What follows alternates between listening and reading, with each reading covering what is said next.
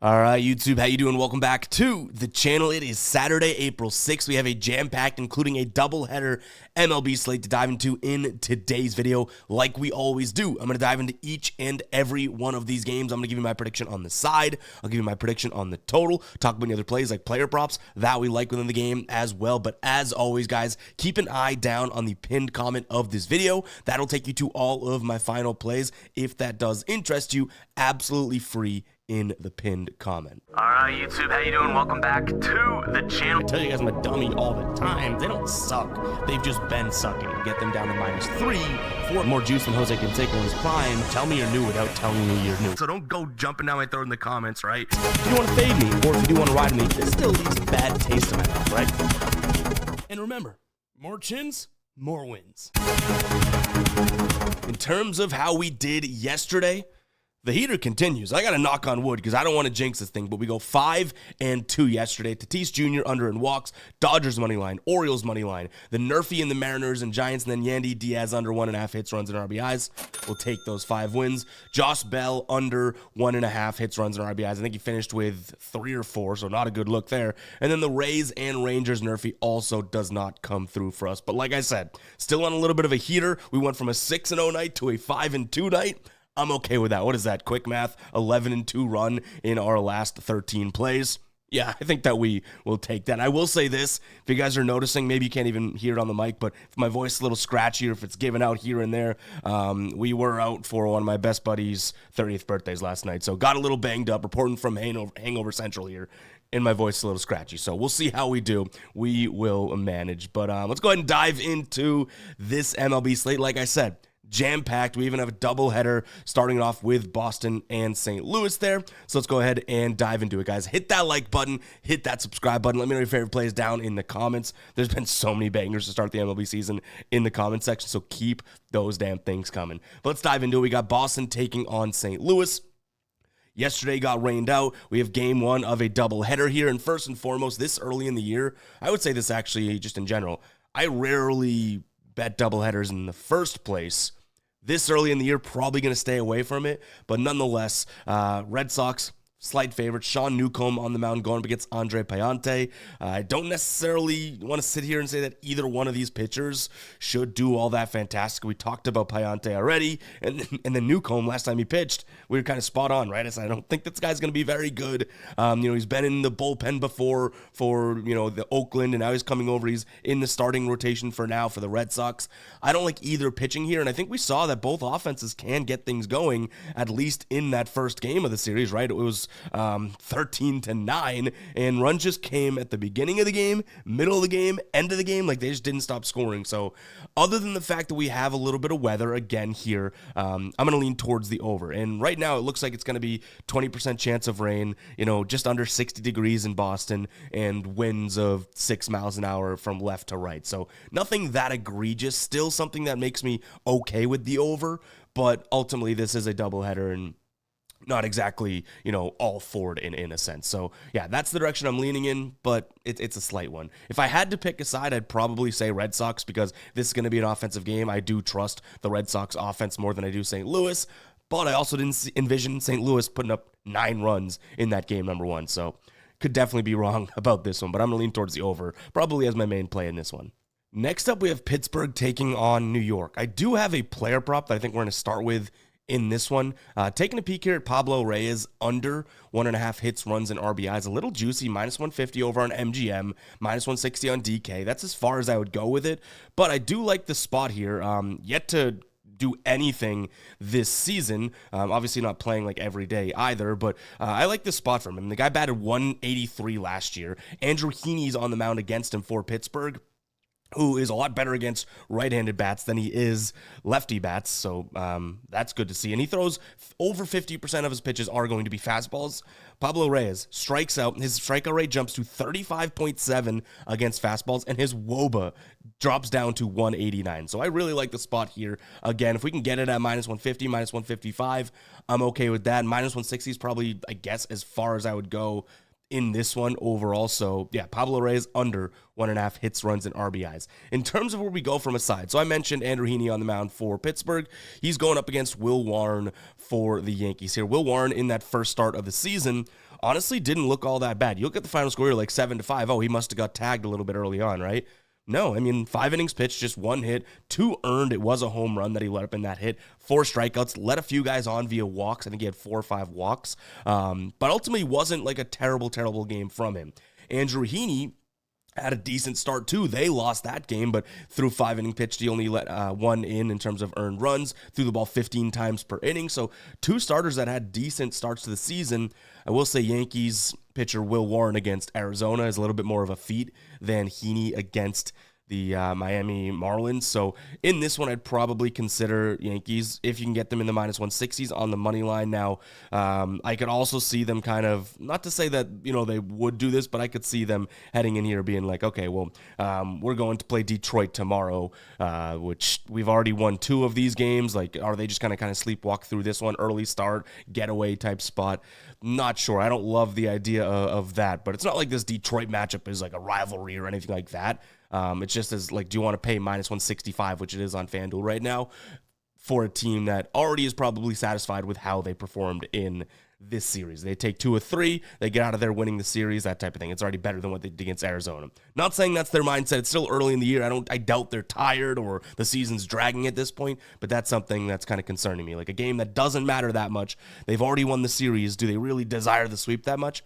Perhaps. In terms of a total, so we're sitting here right now at 9. I would lean towards the under solely because I don't think Pittsburgh, carries their weight. But the way to probably, play this one, I guess, to the best of our ability using our brain would be to think about Yankees team total over. That seems like it's been a little bit just better in general overall, especially in this series right now. I guess you could say Pittsburgh scored 4 runs each time, so they've contributed, but Yankees last 3 games, 9, 10 runs. Like, why are we involving another team when this team can just go out there and give you 5 runs, right? So over 4.5 is probably a spot that I'd look at in terms of a total instead of that full game total there at 9. All right, Philadelphia taking on the Dodgers here on the mound for Philadelphia. We have Christopher Sanchez going up against Tyler Glasnow. Now, Chris Sanchez, for a little while now, has been just untouchable at home, right? In his first start of the season, looked just like that, but he went up against Colorado. I don't really want to sit there. Was that a home game? I'm having trouble remembering. I think it was a home game.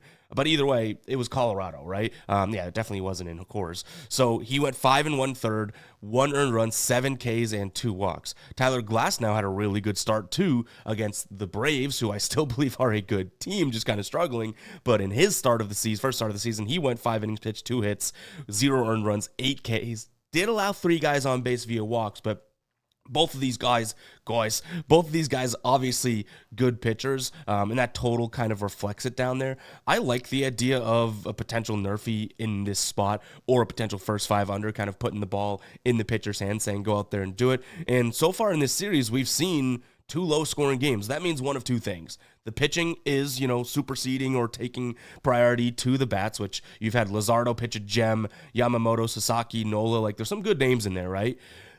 Or the bats have just been log jammed, and today's the day that they're going to put up like 50, right? Like, I'm choosing to believe the former there in the pitching, and I do think that we have Glasnow and obviously Sanchez at home in decent spots. So, yeah, maybe we look at the nerfy instead of the first 5 under, because I feel like the more innings you get of this game, the higher chance that there's going to be a big inning, because we really haven't seen that yet in this series, and these are 2 of the best offenses in baseball. So, yeah, Glasnow, go get your 6 out. Sanchez, go get your 6 out, and I think that might be a final play there. In terms of a side, 50-50 spot, in my opinion here, I would lean towards Philadelphia just because they have the plus money next to them.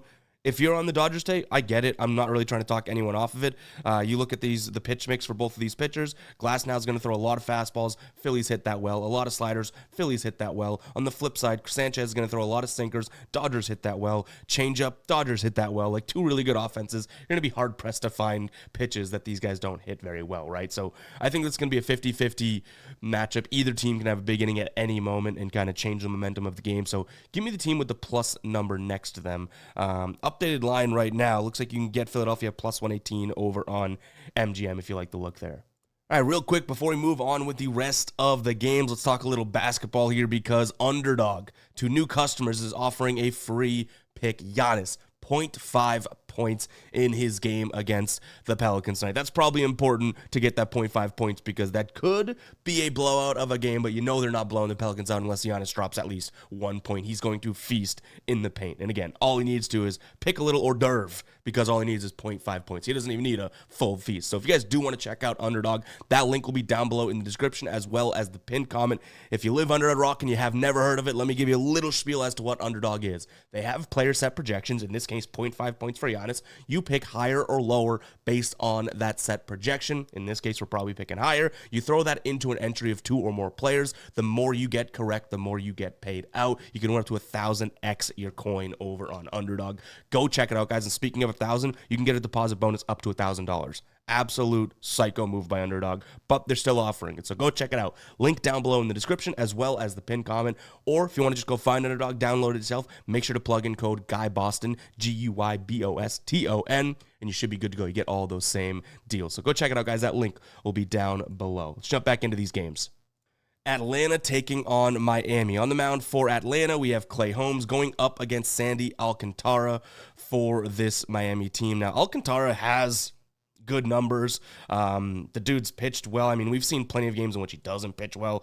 We know that. Obviously, injury-riddled last season, right? In his only start of the season, or second start of the season, his most recent start, I should say, of the season, was against the Mets, which I think he performed like most people thought.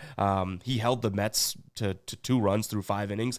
Those are the only runs the Mets even scored in the entire game. So I don't know exactly what to make of the Mets offense at that point, right? I mean, he faced Pittsburgh in his first start of the year, which was opening day, and Pittsburgh, I just talked about them with the Yankees, not a very good offense. So he does have 2 starts under his belt. He's not looking all that bad whatsoever. He's got a mid-3s ERA.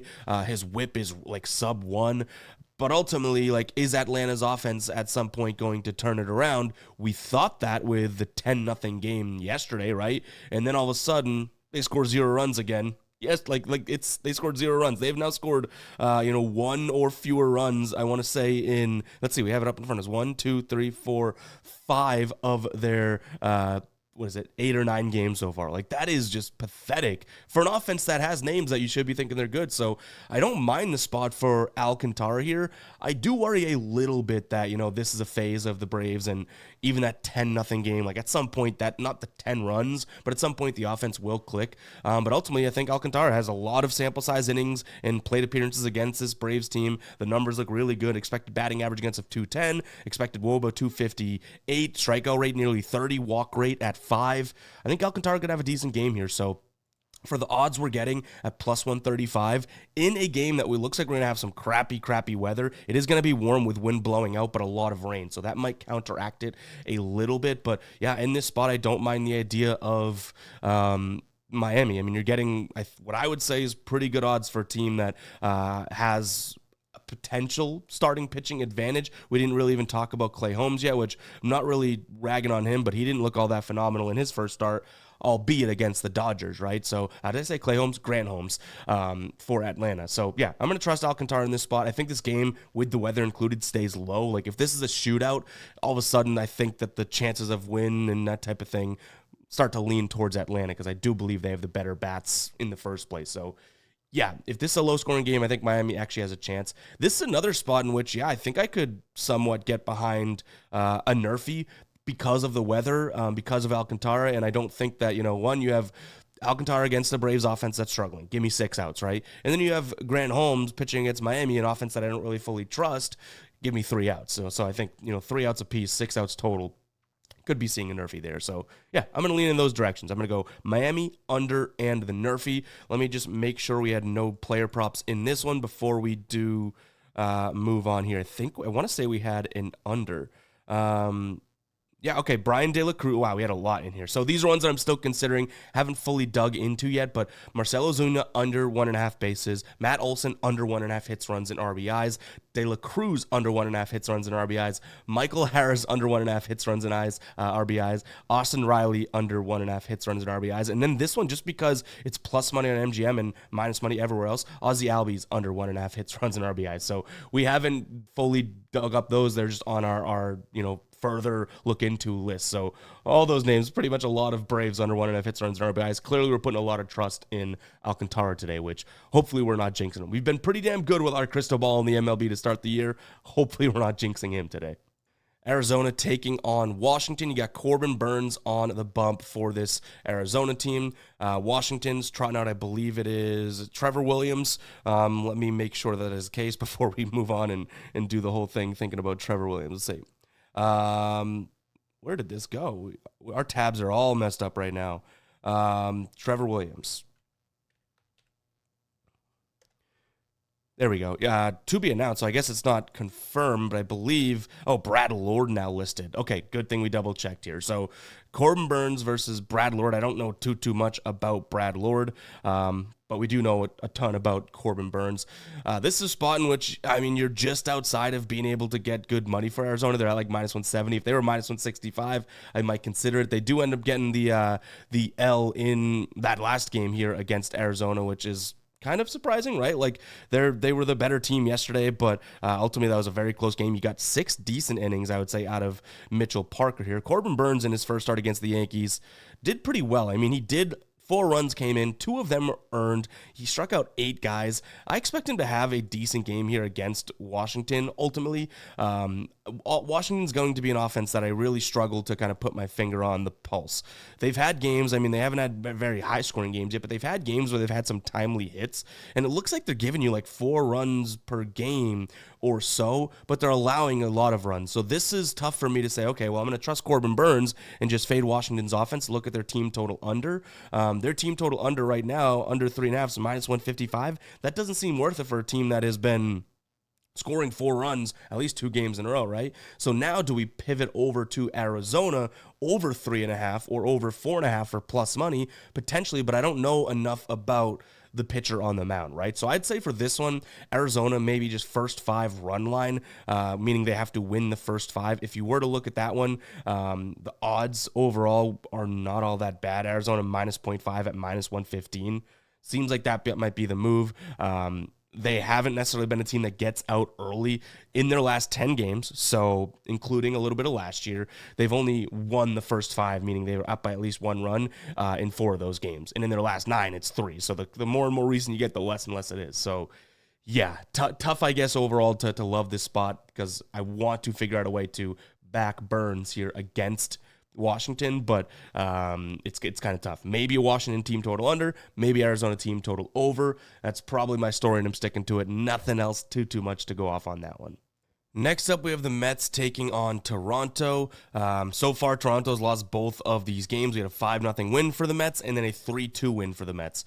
I'm still trying to figure out, I think we already mentioned that in this video, right? Still trying to figure out what exactly this Mets offense is. They're going up against Bowden Francis for Toronto today, who I don't think looked all that poor in his first start, right? 6 innings pitched, 2 earned runs, did walk 3 guys, only struck out 4. But he's going up against David Peterson, who I've never really liked. Now, David Peterson against Miami, 6 innings pitched, 9 strikeouts, 2 earned runs, both being solo blast, 2 home runs. So maybe there's some opportunity for some of the better bats in this Toronto lineup to say, hey, let's go out there and, one swing of the bat, we could change this game. But ultimately, this is a David Peterson that didn't look all that bad right now. Is Toronto's offense in the same boat as Miami? Not sure. I think they have a little bit more power. One thing I will say is Toronto does struggle against lefties, David Peterson being a lefty. But David Peterson struggles against righties, and damn near everyone in that freaking Toronto lineup is projected today, is a righty, right? Now, we're also seeing, I believe, cold and windy conditions out in, with the Mets today. So I guess that is worth throwing in there, that like if we're relying on a couple game-changing single plays or home runs or that type of thing, maybe we won't get them. But at the same time, Toronto's offense, like I said, David Peterson isn't all that great against righties. I expect in a messy condition, maybe they kind of dink and dunk him around this ballpark. So, yeah, for the plus money, I don't see any world in which I like David Peterson and the Mets minus 150. So, give me Toronto. Right now, you can get like plus 130-ish on them. I think that's a fair price, more than fair price. I would think that's like a plus one. I would take like plus 115 if I had to price it out. So, what I mean by that is if you're getting plus 130, I think it's plus 115. There is like 15 cents of value in that spot overall. In terms of a player prop, we'll get to the total in a second. I do like Ernie Clement here for Toronto. Is under 1.5 hits, runs, and RBIs. So far to start the season, he only has one game where he's gone over that. He has, in 3 of his last four games, has had at least one hit or one RBI or one run. So he's hit it in 3 of his last, or he's hit the under, but came damn close in 3 of his last 4. But against left-handed pitching here, David Peterson being lefty, his average drops to 230, WRC plus down to 72.6. The sinker is David Peterson's main pitch. He hits that fairly well. Fastball fairly well. The slider is the first pitch that will get mixed in along with the changeup that his numbers drop against. But I'm hoping that, him seeing a lefty makes him struggle more so than the pitch mix altogether.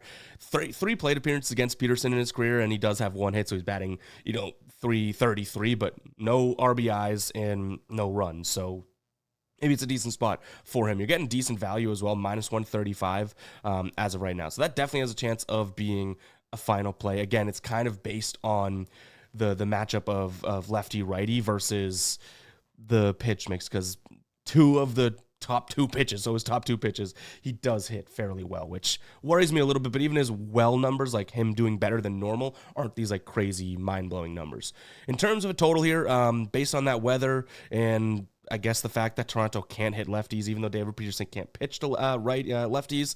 You throw in that we don't know exactly what the Mets offense is doing. Bowden Francis looked okay in his first start. I guess a slight lean towards the under, but a lot of these weather games I may try to do my best to stick away from, because it's like sometimes the weather, it says it's 60% chance of rain, but when then that rain comes down, it's like the lightest of drizzles, and it's like, this is not affecting much. So I'm no weatherman. I don't think that this is, a great weatherman. Have reports for duty plenty, but this is not one of those spots where I'm like, I think that it's going to be less than what they're saying and that type of thing.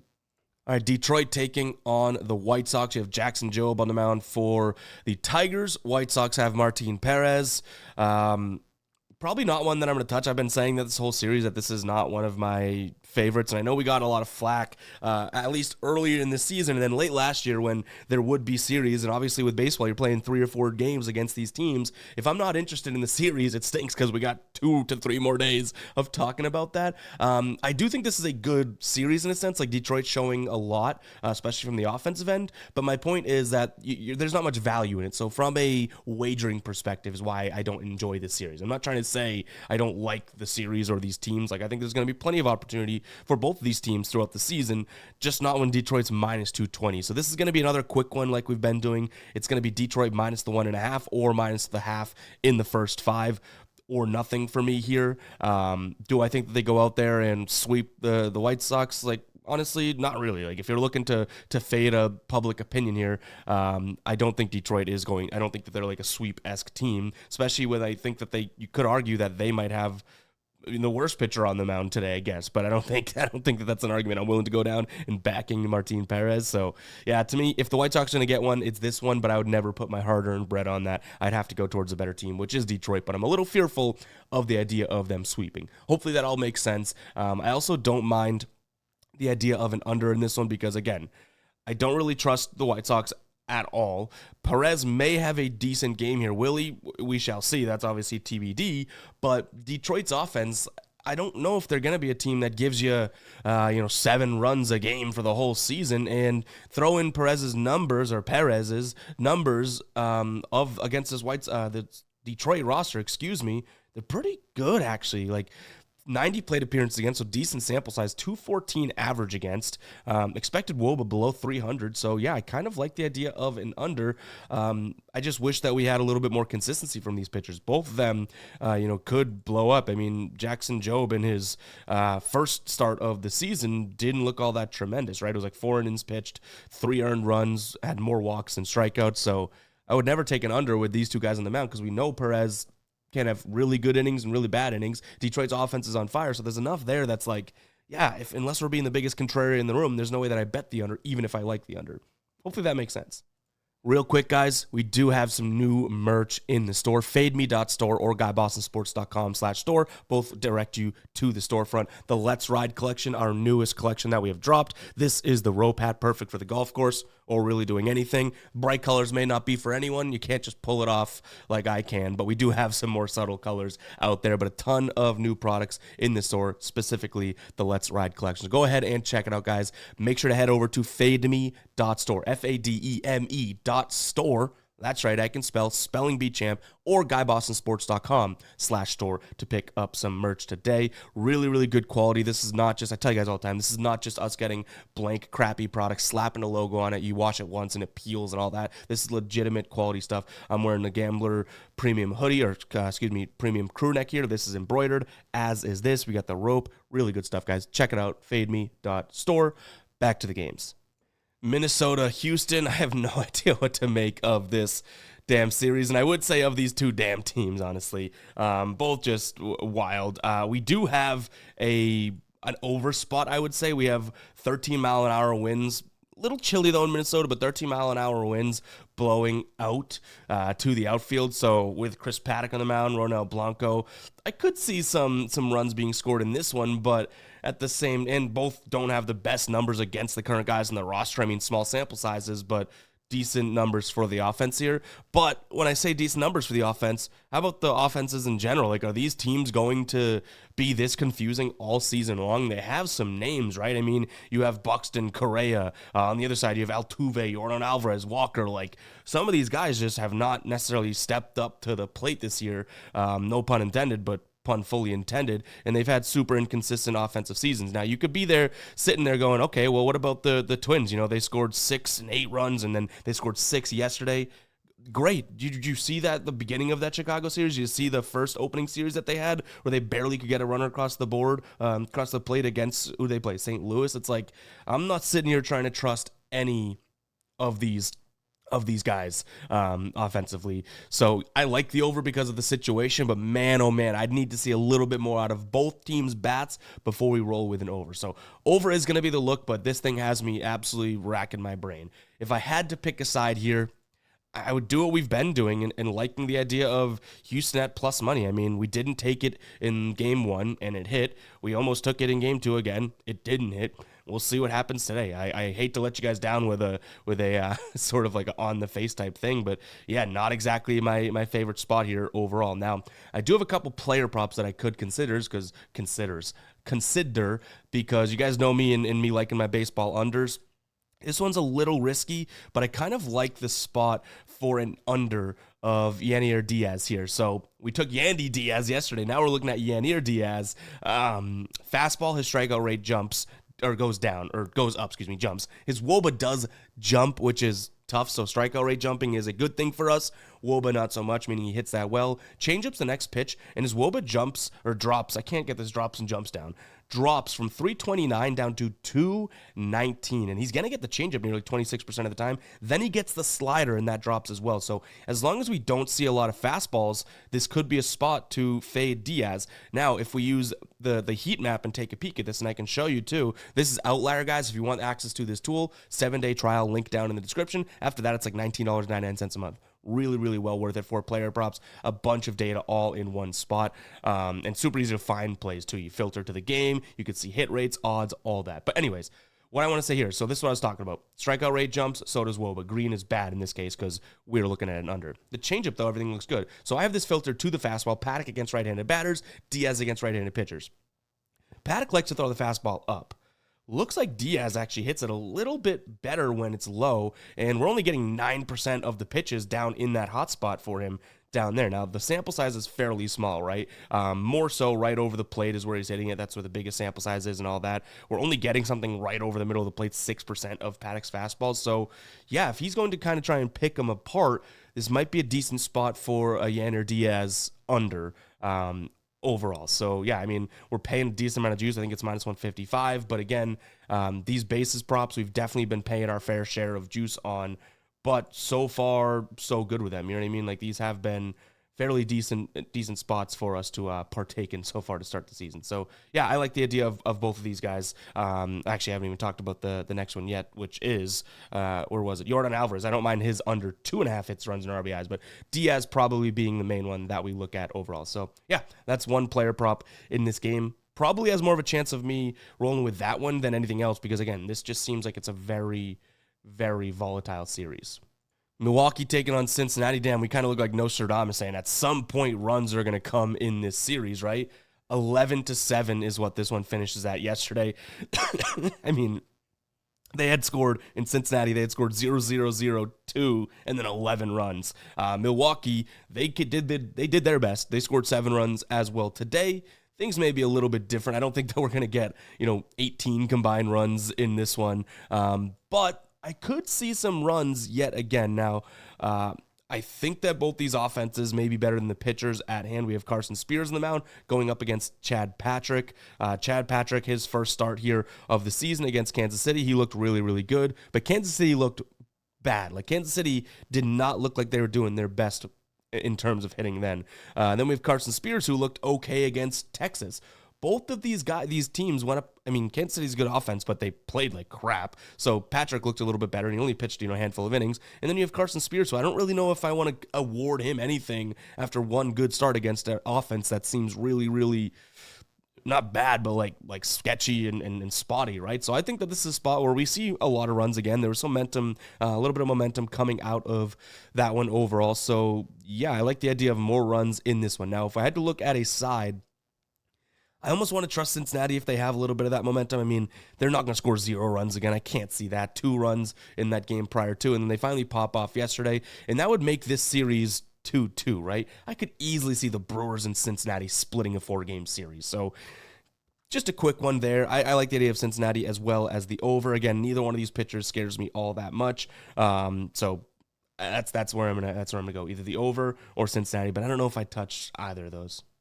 All right, Kansas City, Baltimore. We have had our finger on the pulse of this series. In Game 1, we take Kansas City, cha-ching. Game 2, we take Baltimore, cha-ching. So far, so good, at least in this one. Now we have Chris Bubic on the mound for Kansas City, going up against Cade Povich.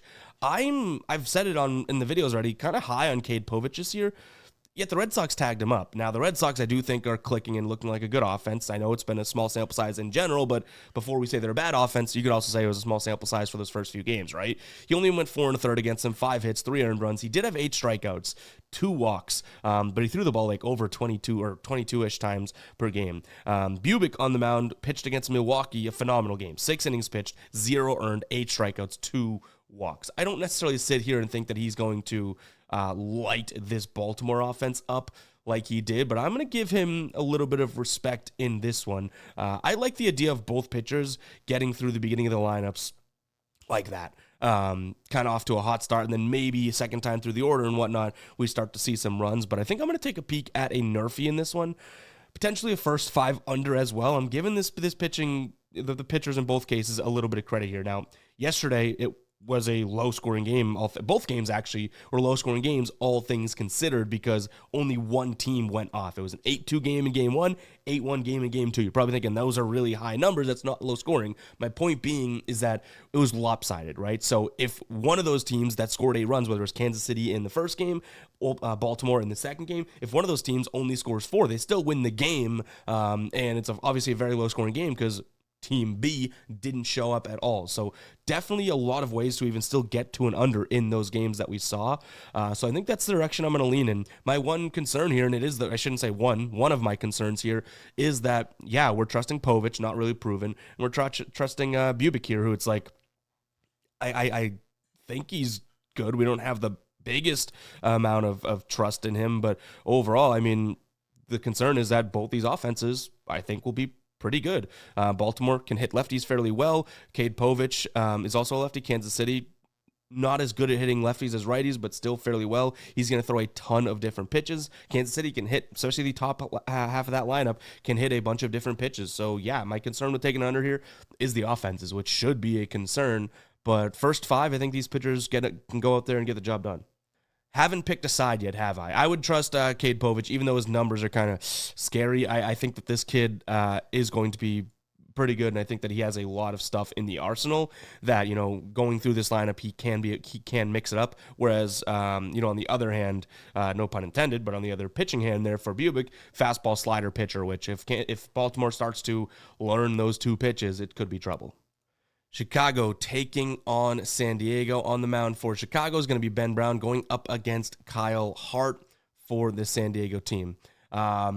I would say that this has been a pretty lopsided series as well. San Diego, like, where'd that offense go? I know that the weather hasn't been all that great in Wrigley, and I don't believe it's going to be that great today. Very cold, wind blowing in, no rain though, so I guess that's good, but that's why that totals down at 7.5. I would imagine that this San Diego team kind of bounces back today, right? Like, this is a team that's phenomenal at hitting righty pitchers. They hit fastballs really well. Ben Brown is going to throw the fastball and then knuckle curve. San Diego hits the knuckle curve really well. Last year, 6th in terms of runs above average. Kyle Hart, I don't necessarily have much trust in him, but he didn't look terrible in that start against Cleveland, right? Ben Brown didn't look great in that start against Atlanta. Luckily, he got 18 runs to not necessarily support him, but the Cubs scored 18 runs in that game. So, yeah, we're getting plus money for San Diego. I don't think that this is a sweep spot for them. The Cubs are rolling. I'll give them a little bit of credit there. They're, 7-3? Something like that, and they're at home here. I think that they're just playing really well. So, yeah, San Diego is due for a win, and I think that they have an offense that could be pretty good today. Again, against righty, that's going to throw a lot of fastballs. Sign me up for that. You have Tatis, Arias, Machado, Merrill, Cronenworth, Bogarts, 1 through 6, all, at least projected 1 through 6, all hit the right-handed pitching really well. Like, for Tatis and Machado, for being righties, good righty hitters. And then on the other side of things, Ben Brown against lefties, so Arias, Merrill, Cronenworth, I guess anyone else in the lineup there could really struggle because he does not pitch well to left-handed bats. So, yeah, it's going to be San Diego for me. Definitely a chance of me pulling the trigger on this one. I would consider San Diego team total over instead of that money line because, again, I don't necessarily know if I can trust Hart, but that weather has me a little concerned, right? Like, the fact that we have really cold, this is a San Diego team, that's not exactly a recipe for success. Really cold with wind blowing in. You can get over 3.5 for plus money now. That might be the move because I don't know if they win this game unless they score 4 runs. So, yeah, pick your poison. Is it San Diego and you're trusting Hart in the bullpen for plus money, or are you just going to say, let's go out there and trust the bats? I think I'm going to lean towards just trusting the bats, getting that plus money. So, we'll see. Keep an eye on the final plays, guys. And I guess that's the way that I'd play the total too. San Diego team total over. I like the Cubs, so maybe just a full game over if that's the case. I think the Cubs offense is very good, but realistically, I want to eliminate as many variables as possible, including that cold weather and whatnot for both teams. So just picking one and riding with it could be the play that we actually roll with. All right, Texas taking on Tampa Bay. Kumar Rocker on the mound for Texas, going up against Drew Rasmussen. Usually two pitchers that I don't really like to mess with here. Both offenses kind of streaky, right? I mean, we've seen them look really bad, and then yesterday, all of a sudden, we saw a 6-4 game. DeGrom and Bradley, I don't think that they pitched all that poorly, but still, very high-scoring game in that one. I mean, 6-4, and I want to say 5 of those runs, so half of them, were scored late in the game, and Texas had 4 runs in the bottom of the first, so it's really sporadic. I don't even know if looking at that final score would indicate anything about the offenses, but at some point it still happened, right? You have Rasmussen, who looked pretty damn good in his first start, but it was against Pittsburgh, and then you have Kumar Rocker, who looked terrible in his first start, but it was against Cincinnati, and I do think Cincinnati, especially in Great American Ballpark, it's going to be tough to pitch there today, this year, right? So don't exactly know what to make out of these guys. I would say this is a spot in which we consider Tampa Bay just because I think you're getting a little bit better value on their end. Right now, Tampa Bay is plus 100, Texas minus 105, but this thing has been flip-flopping all morning. The other thing that I will say is that this is a spot where Texas, they've won, 4 straight games, but they've won 2 straight in this one. I don't want to say they've gotten a little lucky, but they've gotten a little lucky. So at some point, I think that kind of folds and Tampa Bay does get a win within this series. So for that reason, the sweep reason, I guess I lean towards Tampa Bay because it's plus money. But by the time you see this, Texas might be plus money because this thing's been bouncing back and forth. So yeah, I like Tampa Bay. I would maybe consider their team total over, which sounds like it could be crazy, but I think you're going to get a decent price at it today. But this is not one of my favorite matchups on the board. All right, Colorado taking on the Athletics. We have Chase Dollander on the mound for Colorado. I'm not going to BS you guys and sit here on YouTube and just because I have a microphone act like I know much about the kid, but this is his major league debut.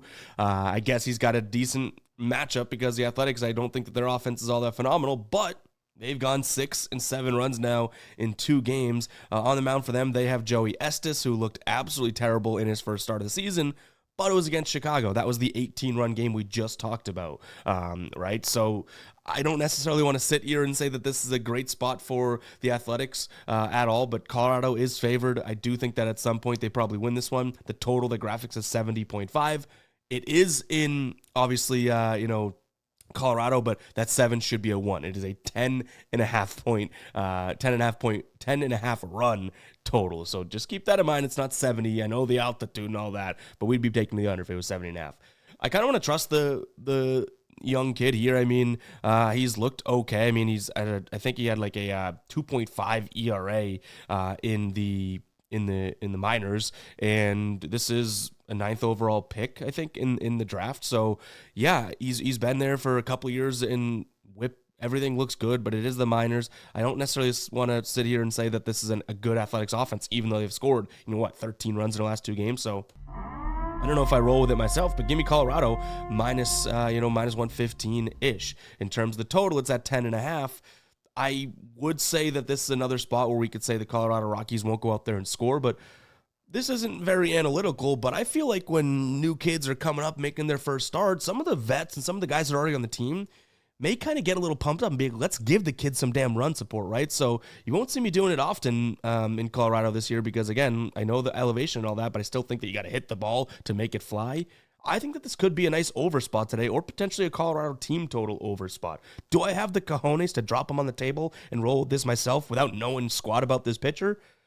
We shall see, because I do believe a little bit in the sense of a new kid comes up and the team is going to try 110% now just to get the kid comfortable and give him some run support. I know the manager is going to be making that, talk to in the dugout. So that could be something we roll with. But again, it's not the most analytical approach. It's more of a feel play, which those can go awry quick. San Francisco taking on the Mariners. Jordan Hicks going up against Brian Wu for the Seattle Mariners here. I think it's a decent spot for the Mariners. I would take Brian Wu over Jordan Hicks. The problem being that Seattle's offense is, you throw out those 2 high-scoring games against San Francisco, their offense isn't very good. I mean, yes, they lost 10-9 in 2 straight games, which is crazy that they even scored 9 runs. You would think you score 9 runs, you're going to win, especially when you're an offense like Seattle, right? But they lost both of those. Seattle should be due to some degree here. Brian Wu, though it's a small sample size, has fantastic numbers against his current Giants roster. 28 plate appearances against, a walk rate of 3.5, K rate of 28.5, an average against of 148, a WOBA against of 205, expected slugging against 368, expected batting average 157, and an expected WOBA of 238. So if there's ever a time to back this squad, it's probably today.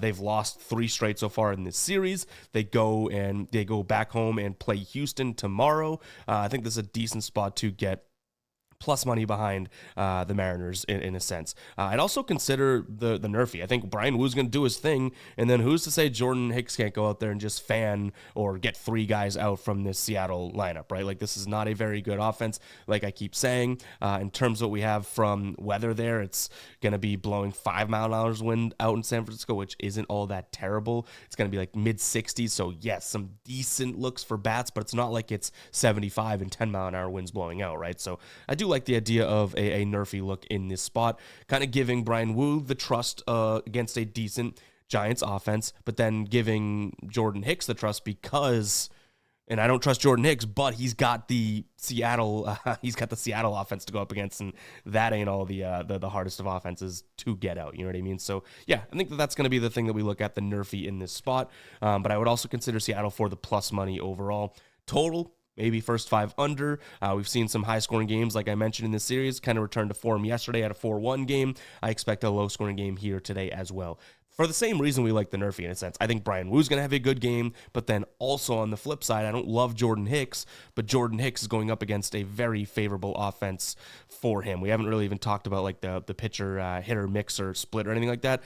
Jordan Hicks very good against right-handed bats. Rodriguez, Robles, Rayleigh's a switch, but Arozarena, like there's a lot of righty bats in that lineup that are the bats that you should be afraid of, and that's who he's good at pitching against. So I don't think that he's in the worst matchup either. So an under could be in play here as well.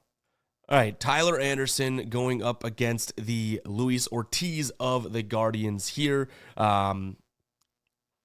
your guess is, I hate to do it to you guys, but your guess is as good as mine in this one. This is a pick 'em. I would say that, if there's a team that had a strong plus money side to it, it'd probably be the team that I look at. I'm not like bought into this Angels offense, but their offenses look pretty damn good, right? 5, 9, 5, 6, and 10 runs in their last 5. Cleveland's offense, I mean, they had 8 runs 2 games ago. They lose 10-4 yesterday. I would say that pitching-wise, Luis Ortiz can blow up at any moment. We saw him do that against San Diego in his first start of the year, but, I don't necessarily want to sit here and back Tyler Anderson all that heavily. So for me, again, if you can get a decent plus number behind either squad, depending on where these odds go, that's probably my biggest piece of advice. Again, if you get the Cleveland Guardians at plus money, which I think that they're actually moving more towards the heavier favorite, or the Angels at plus money, this should be a coin flippy type of a game. So if you can get plus next to anybody, that's the direction I'd go. And I hate to do that. Like I said, it's kind of a bad look, but I'd also consider an under.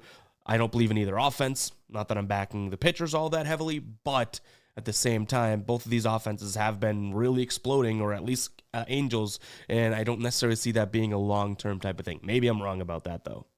All right, we're kind of ending with 2 duds here because this is Boston taking on St. Louis. I have the home and away mixed up there. It's St. Louis. They're not doing a doubleheader where they play in Boston at first and then fly to St. Louis. So just FYI, Boston is at home. I just have that messed up a little bit. Looks like we're gonna get Dick Fitz on the mound for the second game here in this one, going up against Miles Michaelis.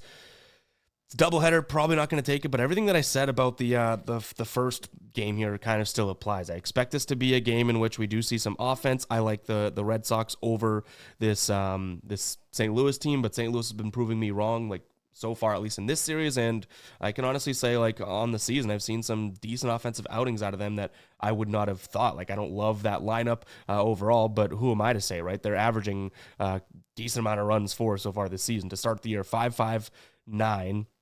4-7, 12-9. So I'm the idiot in the room being like, they're not a good offense. They're crushing. They've gone up against some mad pitching, but also some decent pitching, right? So I don't want to take too much away from them. Give me the over as well as the Red Sox in this spot. And again, to clarify, it is St. Louis at Boston, not Boston at St. Louis. That'd be crazy if they played in the afternoon and then flew to St. Louis to go play the second leg of a doubleheader. But that's all I have for you guys in today's video. Make sure you guys go ahead and hit that like button, hit that subscribe button. We'll catch you guys in the next one, all right? Peace out.